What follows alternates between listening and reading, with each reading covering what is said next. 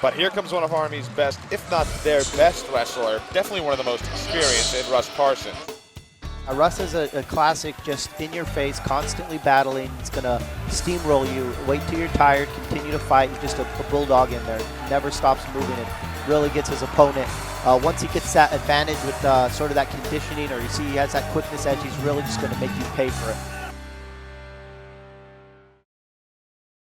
I guess I started wrestling in Clinton Township at our local high school, like the youth program, North Hunter in high school. Is where I got into it. I was about 6 years old when I started. My dad kind of proposed it to me when on a car ride one night, I remember, and he said, "Hey, do you want to try wrestling?" And the first thing I thought of when I thought of wrestling was WWE, and I was like, "No, I don't want I don't want to do that at all." And he's like, "No, that's not what it's like." Russ grew up in Clinton Township, New Jersey, which is in the central part of the state.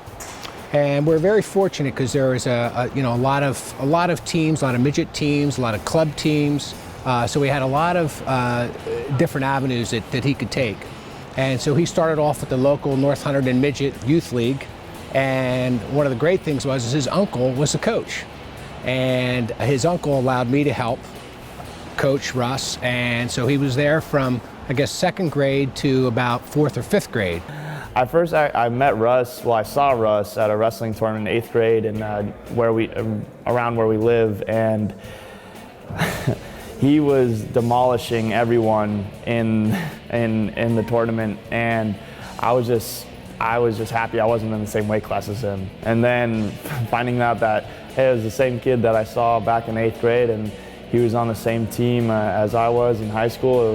It was funny because I had this image of Russ as just being this machine and robot, just destroying the competition, and then actually meeting him, and he's such a gentle giant.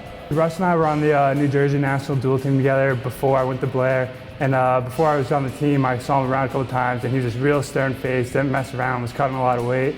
He really didn't talk to me about the team, so I was like, oh man, this is what my future teammate's gonna be like. I'm not sure it's gonna be the best fit for me.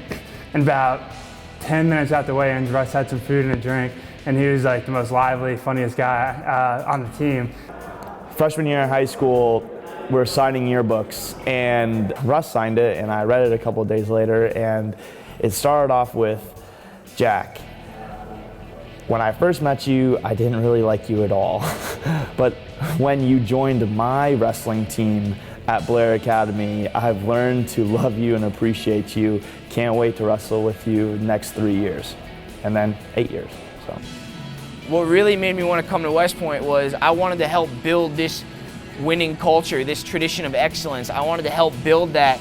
And when we put 8 guys in the finals at all academies, it's that's how it should be, where Army just sweeps the field, put 8 guys in the finals, and it's like a dual meet at the end of the night.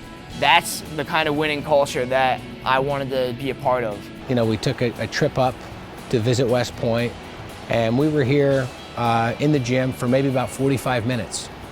And he walked out of the gym and he just said, "Dad, this is home. This is where I want to be. These are the type of people that I want to surround myself with, and I don't need to look any further." And blink of an eye, here we are 4 years later, and he's got incredible friends. He's had a tremendous experience here, and I've watched him mature really into a man. And it's been everything that you can hope as a parent is to see that happen to your son.